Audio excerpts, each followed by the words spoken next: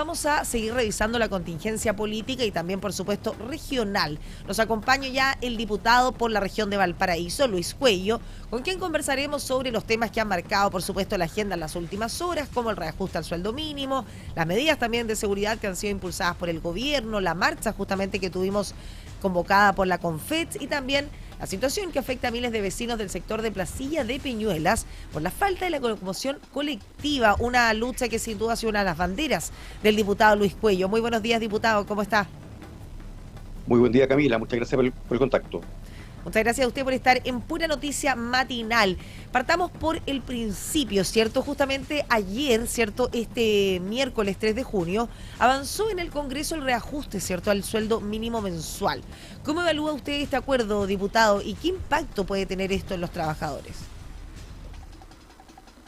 Bueno, la verdad es que acá no hubo acuerdo, porque lo ideal siempre, y ha ocurrido en el gobierno anterior, es que existía previo al trámite del proyecto de ley un acuerdo entre la Central Unitaria de Trabajadores y el gobierno. En este caso no hubo acuerdo entre el gobierno y los trabajadores, y en consecuencia el gobierno presentó un proyecto de forma unilateral que únicamente aumenta el sueldo mínimo, lo reajusta más bien al IPC, y eso no implica un aumento real. Y por lo tanto, nosotros, si bien es cierto, aprobamos la idea de legislar, porque nos interesa que el sueldo mínimo aumente, pero rechazamos la cifra, toda vez que nos parece que es insuficiente, no da cuenta de la realidad económica, también del incremento del alza del costo de la vida, y acá hay un punto importante, porque finalmente el gobierno con esto no se hace cargo de sus propias definiciones políticas. El gobierno tomó una decisión que significó trasladar a las personas, a los trabajadores, el costo del alza del precio internacional del combustible, y eso, ese bencinazo ha implicado un aumento de la inflación, el costo del UF. Entonces, claro, creo que no corresponde que en el fondo se haga cargo de esta decisión y aumente el sueldo mínimo una cantidad que a nuestro juicio es mezquina y que es insuficiente. Usted lo considera insuficiente, diputado, pero desde algunos sectores han advertido que este aumento incluso podría afectar a las pequeñas empresas, a las pymes. ¿Cómo responde usted a estas críticas? No, yo creo que no. Acá hay costos reales y el trabajo también tiene un valor. Entonces, pero también hay que decir que en el periodo anterior, el gobierno anterior, junto con la tramitación del sueldo mínimo, nosotros aprobamos también subsidios focalizados en las pequeñas y medianas empresas. En este caso, este proyecto viene con 0 pesos para las pymes. Entonces, yo creo que las pequeñas y medianas empresas deberían formular un reclamo al gobierno por esta omisión. Pero creo que lo que está de fondo acá es la perspectiva del costo de la vida, es decir, si el sueldo mínimo alcanza o no para llegar a fin de mes, para costear el arriendo, los alimentos, los medicamentos, el transporte. En consecuencia, yo creo que esa perspectiva se ha perdido. Cuando nosotros escuchamos al gobierno en la Comisión de Trabajo, únicamente se refería al sueldo mínimo como algo negativo, como una suerte de costo, como un mal. Entonces, lo que hay que ver acá es si realmente las personas pueden o no vivir y llegar a fin de mes con el sueldo mínimo. Creo que esa es la perspectiva correcta.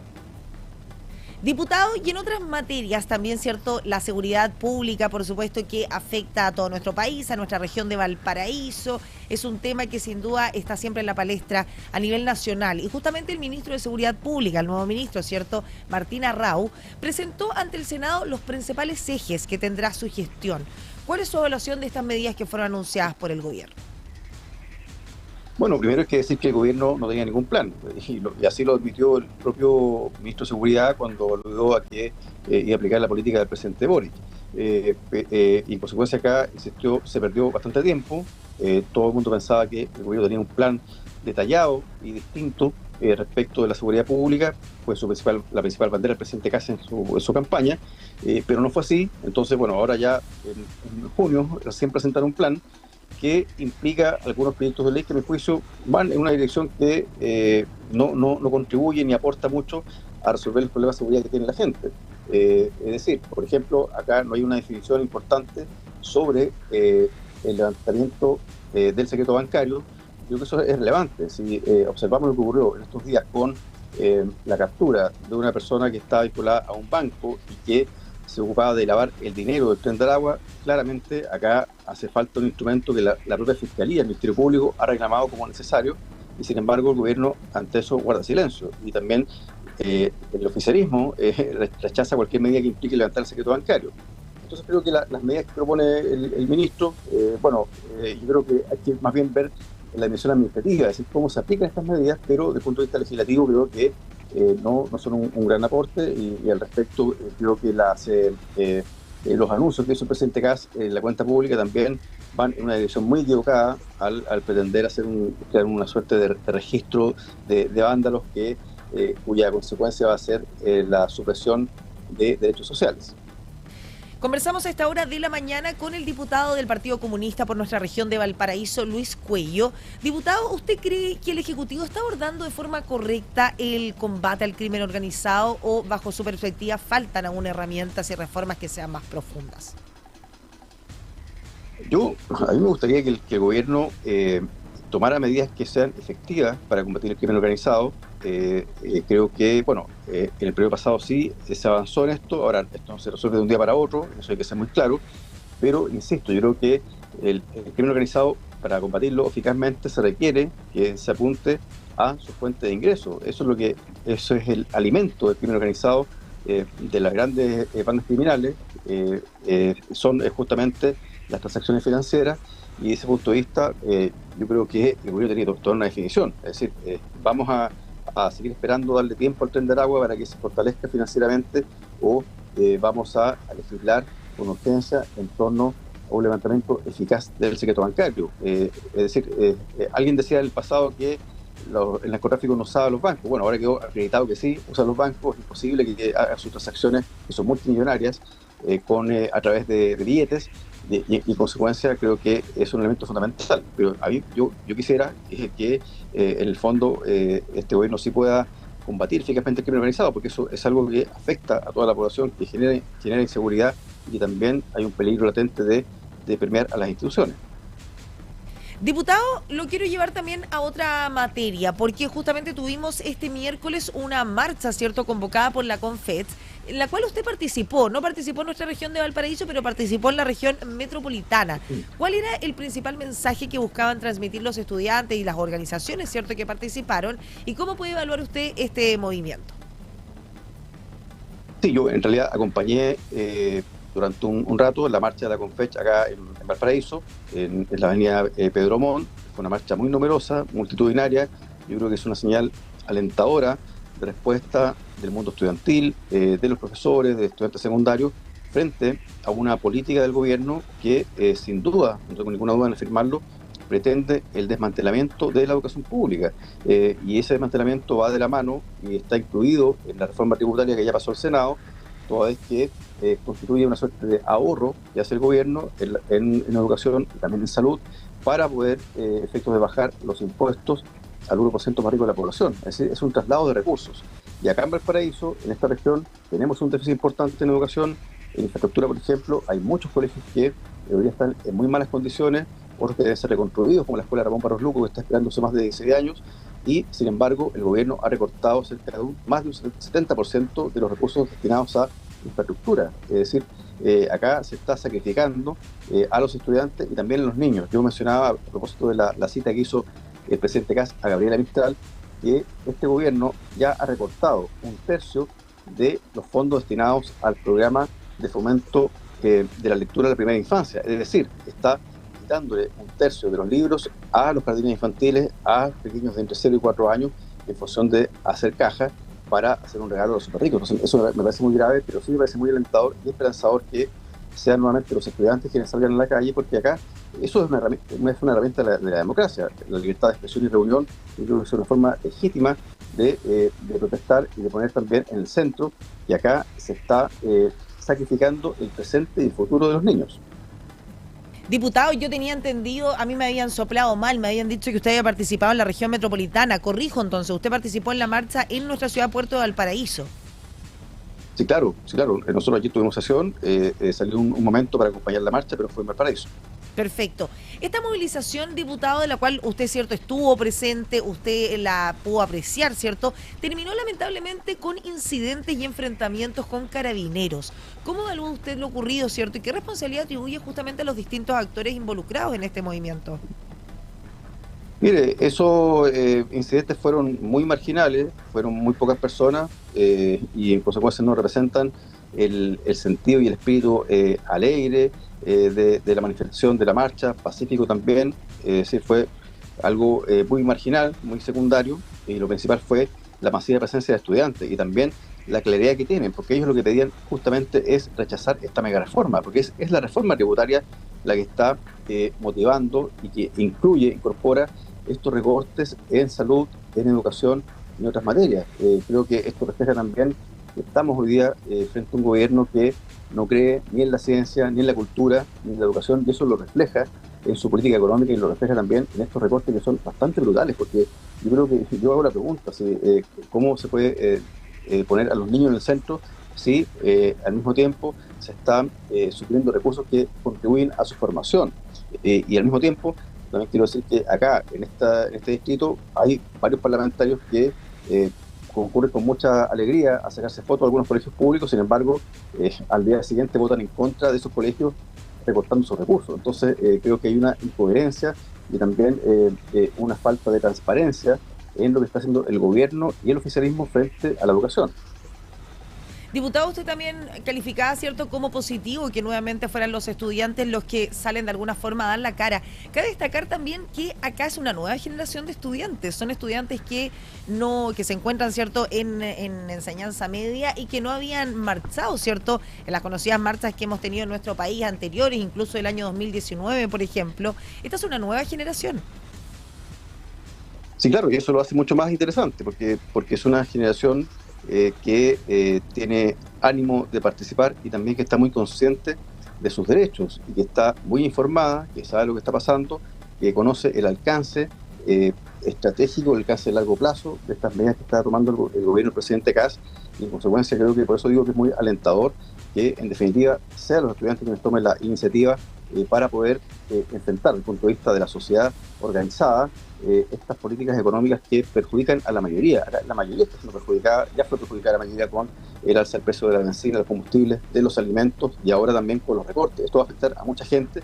Es mentira, es falso que se pueda hacer más cosas con menos plata. Eso es absolutamente falso. No se puede arreglar un colegio que tiene goteras en sus salas o que tiene techo de asbesto con menos plata. Eso es imposible. Tampoco se pueden inventar libros o comprar libros con menos plata. Entonces, acá en definitiva, yo creo que lo grave de la situación y lo que también creo que motiva a los estudiantes es que se está haciendo una suerte de sacrificio de las personas. Es decir, acá hay cero empatía por parte del gobierno, hay un ánimo de sacrificar en función de beneficiar a un grupo de personas que lo tienen todo. Si pensamos en grandes patrimonios, pensemos que esta reforma tributaria va a significar entregarle al año al 1% más rico de la población 400 millones de pesos. Entonces, mientras tanto, se entrega un bono por única vez de 30.000 pesos a ciertas familias. Entonces, creo que acá hay una disparidad que es evidente y hay un sentido clasista por parte del gobierno que está emprendiendo políticas que afectan sobre todo a los sectores vulnerables.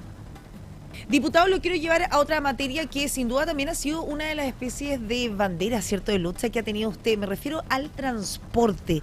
En el tema local, usted ofició nuevamente al Ministerio de Transporte, ¿cierto?, por la situación que afecta al sector de Placilla de Peñuelas, la parte alta de Valparaíso. ¿Qué está ocurriendo hoy, diputado, con los recorridos 901, 902 y 903? Si nos puede contar un poco lo que afecta a los vecinos. Sí, claro, bueno, el punto central acá es que Placilla ha crecido muchísimo desde el punto de vista demográfico y eso implica también mayores necesidades y demandas de transporte.